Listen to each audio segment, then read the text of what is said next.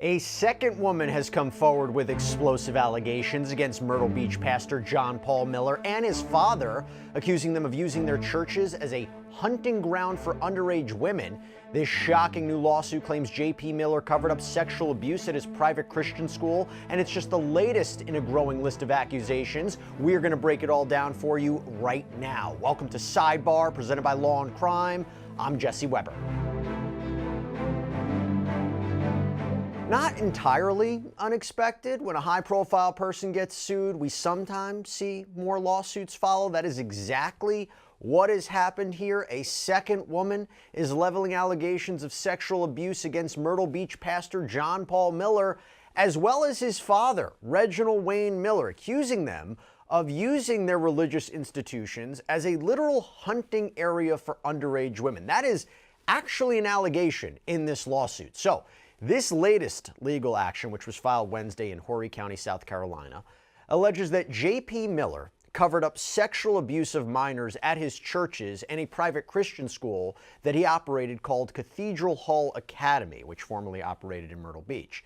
And this latest filing comes just 8 days after another woman, only identifying herself as Jane Doe, filed a similar complaint against the Millers, accusing them of, quote, predatory conduct and exploiting vulnerable victims. That Jane Doe alleges that she was sexually assaulted twice by J.P. Miller, first in 1998 when she was 15 years old, and then again in 2023, a year before the death of J.P.'s estranged wife, Mica Miller.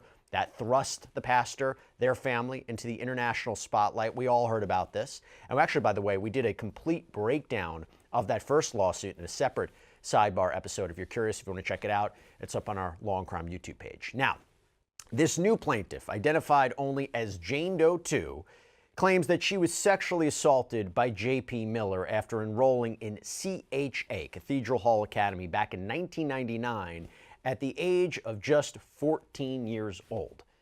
And this lawsuit describes the school as a, quote, trap rather than a place of learning, and that it really wasn't even a school at all. According to the filing, quote, the school was run by Pastor Wayne Miller and his son John Paul Miller, who portrayed themselves as devout men of God, offering a faith-based education in a nurturing environment. Instead, plaintiff walked into a nightmare. Cathedral Hall Academy was not a school, it was a trap. There were no certified teachers, no legitimate coursework, and no structured academics. The classrooms were carved from a repurposed bowling alley, their walls incomplete, their floors slick and uneven. Many of the staff were simply members of RWM's churches or colleges with no credentials, no oversight, and in some cases, deeply questionable backgrounds. What should have been a place of learning became a place of control, fear, and unchecked abuse. So, according to Jane Doe, this allegedly unchecked abuse began right after she enrolled at the school. And this happened not once, but twice, according to her. So this was back in 1999, so about 25 years ago. According to the lawsuit, J.P. Miller first assaulted Jane Doe after a chapel service, and we're going to call this first incident the piano incident. So Doe claims that after a chapel service, she was asked to hold the door for other students as they were ushered out of the room. And once the last student left, Doe claims she was left alone with J.P. She then claims that he invited her over to play the piano, and very quickly, that is when, according to her, things escalated. According to the filing, quote, at 14, Jane Doe number 2 was trusting and saw no reason to decline. As Jane Doe 2 turned to leave, JPM, John Paul Miller, pulled her into a hug. She barely had time to react before JPM's hands moved down her back, past her waist, and under her clothing and touching her bare butt. And Jane Doe 2 claims that she reported this incident to a teacher, but she was then sent to Wayne Miller's office, J.P. Miller's father. And guess what? According to her, you know who was in that meeting? J.P. Miller. She claims she was forced to repeat her accusations of J.P. Miller in front of J.P. Miller. Again, the person she claims just assaulted her. Now, Doe claims that J.P. Miller's father didn't believe her, even berated her, punished her for saying such things. According to the filing, quote, Reverend Wayne Miller did not ask for details. He did not care. He shouted at her, "You will not lie about my son." And then came her punishment. She was forced to write the words, according to her, I will not lie about John Paul Miller 5,000 times.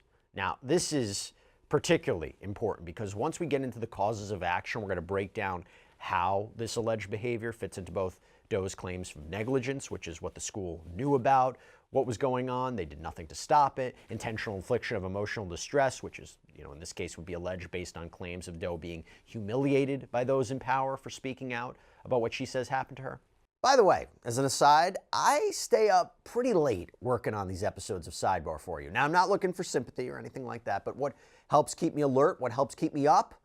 Coffee, shocker. But guess what? We just partnered with this amazing sponsor called Trade Coffee. Look, I'm very particular about what I put into my body, which is why I value Trade Coffee so much, because I took their quiz and in under a minute, they matched me with my perfect coffee. See, the way it works is Trade sources from top independent coffee roasters across the United States, and then they matched me to the coffees I'd love most based on my taste preferences, and that includes Alma, which I never had before, but it has that medium roast, which I love. I'm always looking for, sometimes hard to find. It was fresh, it was ready to go, and by the way, Trade Coffee gave me this merch too. Look at this, look how cool these little cups are. So Trade is exclusively offering our viewers 40% off of their first order at drinktrade.com/sidebar. That's drinktrade, TRADE.com/sidebar for 40% off your first order. Now, going back to this first alleged incident, if you thought that the alleged humiliation would end in Reginald Wayne Miller's office, think again, because this lawsuit alleges that after this incident, other students at CHA, quote, took their cues from the Millers and began harassing Jane Doe too. And they allegedly said some very horrible things. According to the filing, after that day, the torment escalated. The students at the school, many from troubled backgrounds, took their cues from the Millers. They turned on plaintiff with full force, calling her a liar, a whore, and a slut. They whispered behind her back, shoved notes under her desk, made her life a daily humiliation. So very disturbing allegations here. And from there, she alleged that that emotional abuse turned into purported physical abuse. Doe alleges, quote, then came the physical assaults. One afternoon in JPM's so-called music class, two girls grabbed her from behind. They held her arms back while another girl ripped open her shirt and stuffed tissues into her bra. JPM, supposedly the teacher, was present and laughed.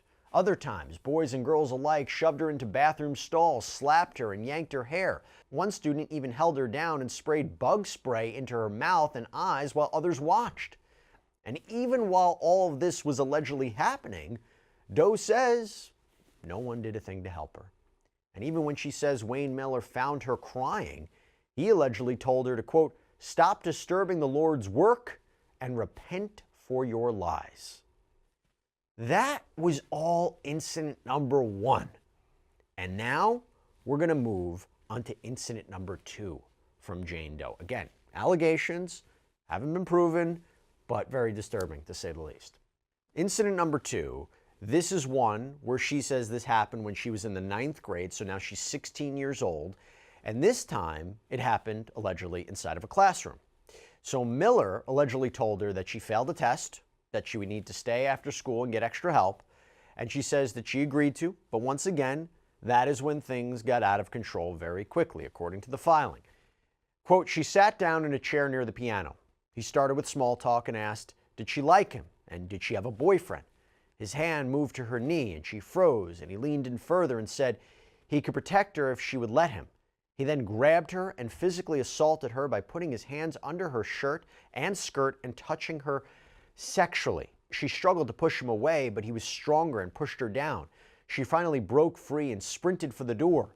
She ran down the hall and out of the school away from JPM. And she claims she ran back to her mother's home, but didn't tell her what happened. Now, we've addressed these allegations of physical abuse, but Jane Doe claims this is not the only kind of abuse she was subjected to. She also claims she was tortured psychologically. The lawsuit describes a particularly disturbing incident that allegedly occurred when she was still 16 years old. We're going to call this the Harry Potter incident.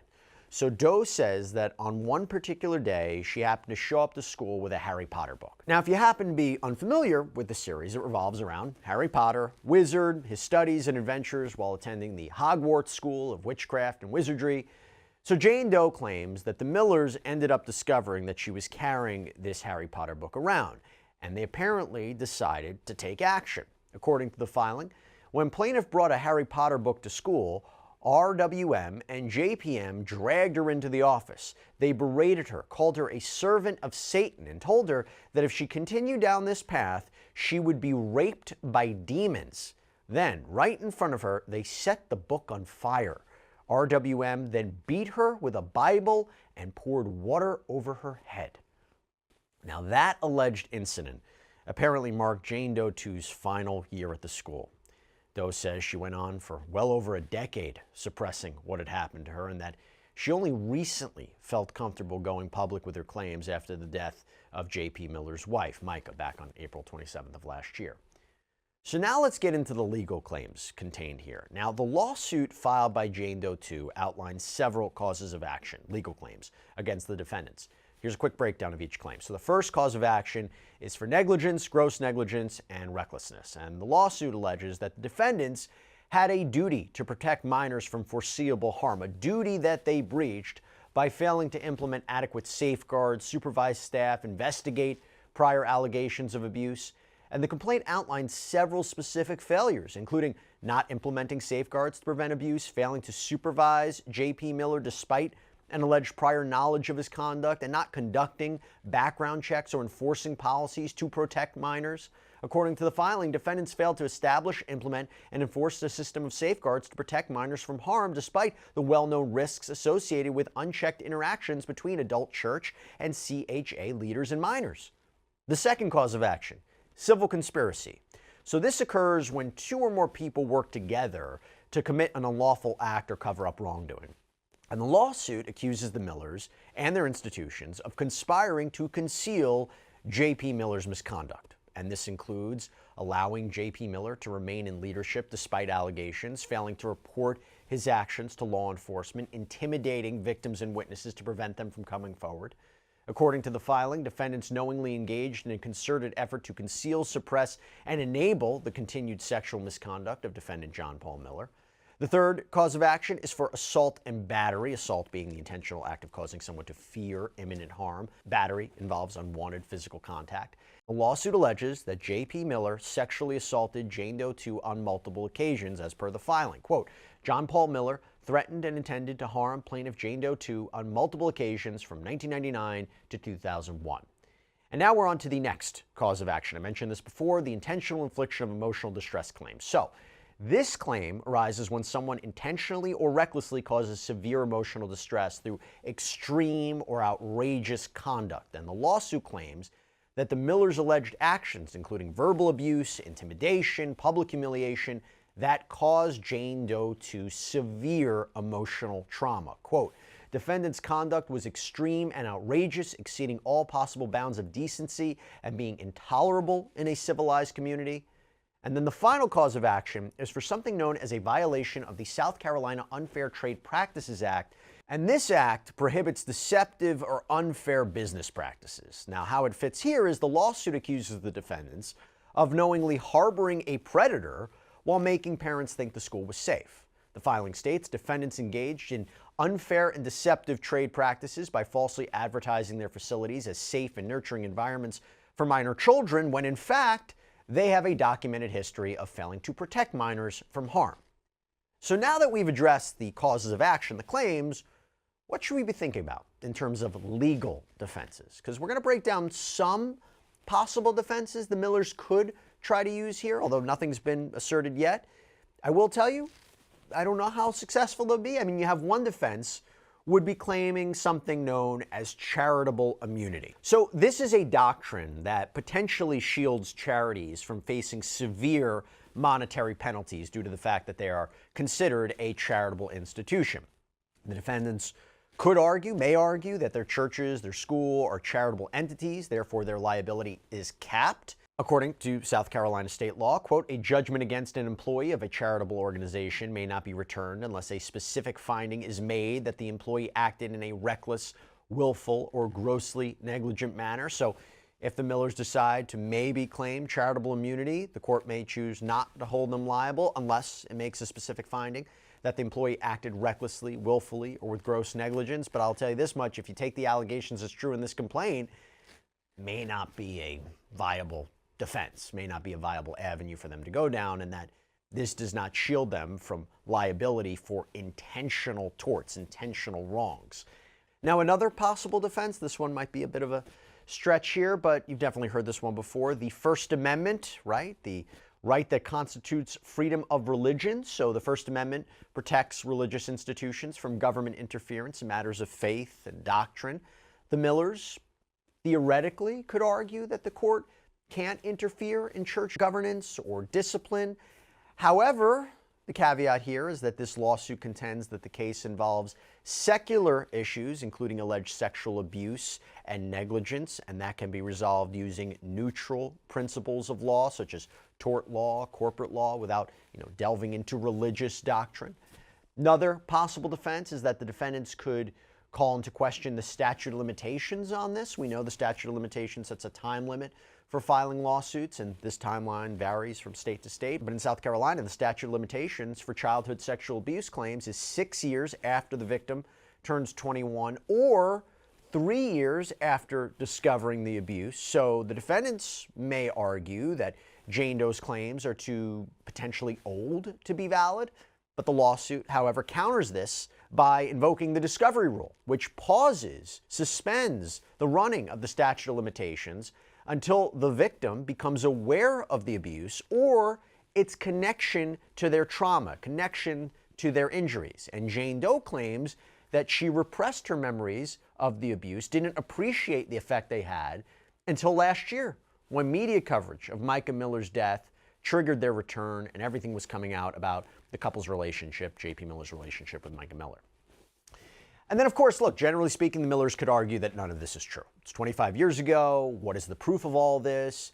Does it rely solely or primarily on Jane Doe's testimony? Now, but here's the thing, the other side of looking at it. For Jane Doe, if she wins this lawsuit, she could be awarded compensatory damages for any physical, emotional, or psychological harm that she may have sustained, as well as punitive damages. Those are a way to punish the defendants.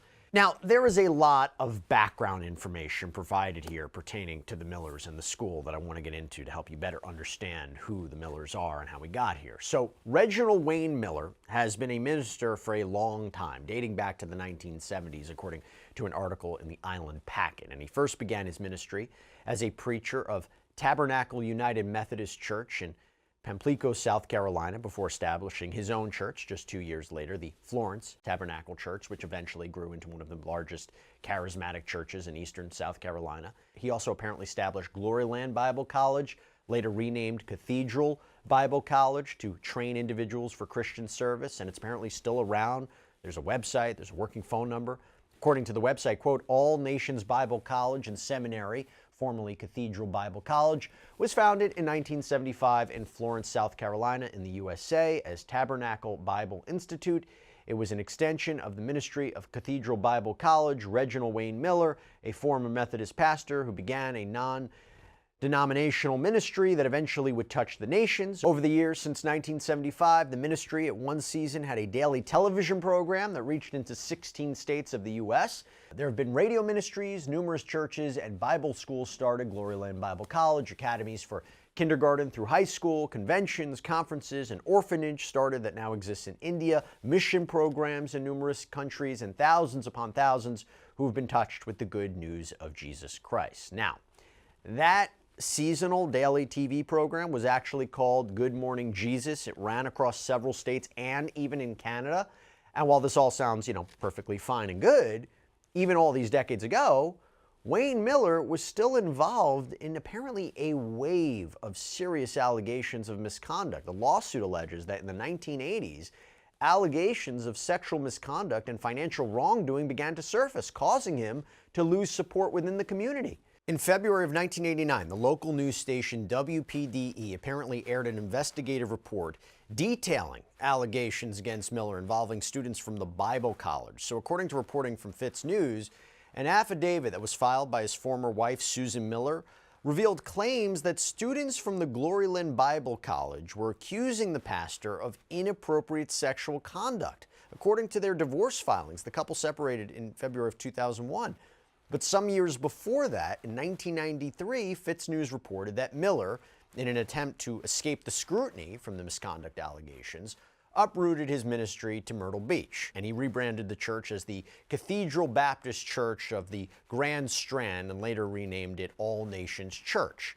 And now we're up to the point in the timeline where we're going to tie this back into the lawsuit. So we go to 1995, and Miller founded Cathedral Hall Academy, CHA, a private school that was advertised as a high-quality educational facility with a focus on academic excellence, well-being. But as we said earlier, according to Jane Doe, this was not remotely close to being a school, even operating allegedly in a repurposed bowling alley, according to her. And the elder Miller also got into some very serious, very permanent legal trouble further down the line, because according to Sun News, Miller was apparently charged back in 2014 with 2 counts of felony forced labor after prosecutors argued that he forced foreign students at the school to work for little to no pay, all with the threat of canceling their visas if they didn't comply. Now, he initially pleaded not guilty, but later pleaded guilty to visa fraud and wage and hour violations. But according to FITSNews, while he was initially facing up to 40 years in prison, 40 years, he was actually granted lenience on his sentence and only served 3 months behind bars and 3 years on probation. Now, we told you earlier that the plaintiff in this case, Jane Doe number 2, says she suppressed the memories of these incidents about what allegedly happened to her in question until she learned of the passing of J.P. Miller's second wife, Mica, last year. Now, in case you haven't been following this story, this saga, Mica Miller died on April 27th. This was just 2 days after apparently serving her husband, J.P. Miller, with separation divorce papers. And her death, which was ruled to be caused by a self-inflicted gunshot wound, sparked widespread speculation and concern, particularly among her supporters, who called for a more thorough investigation into the circumstances surrounding her death.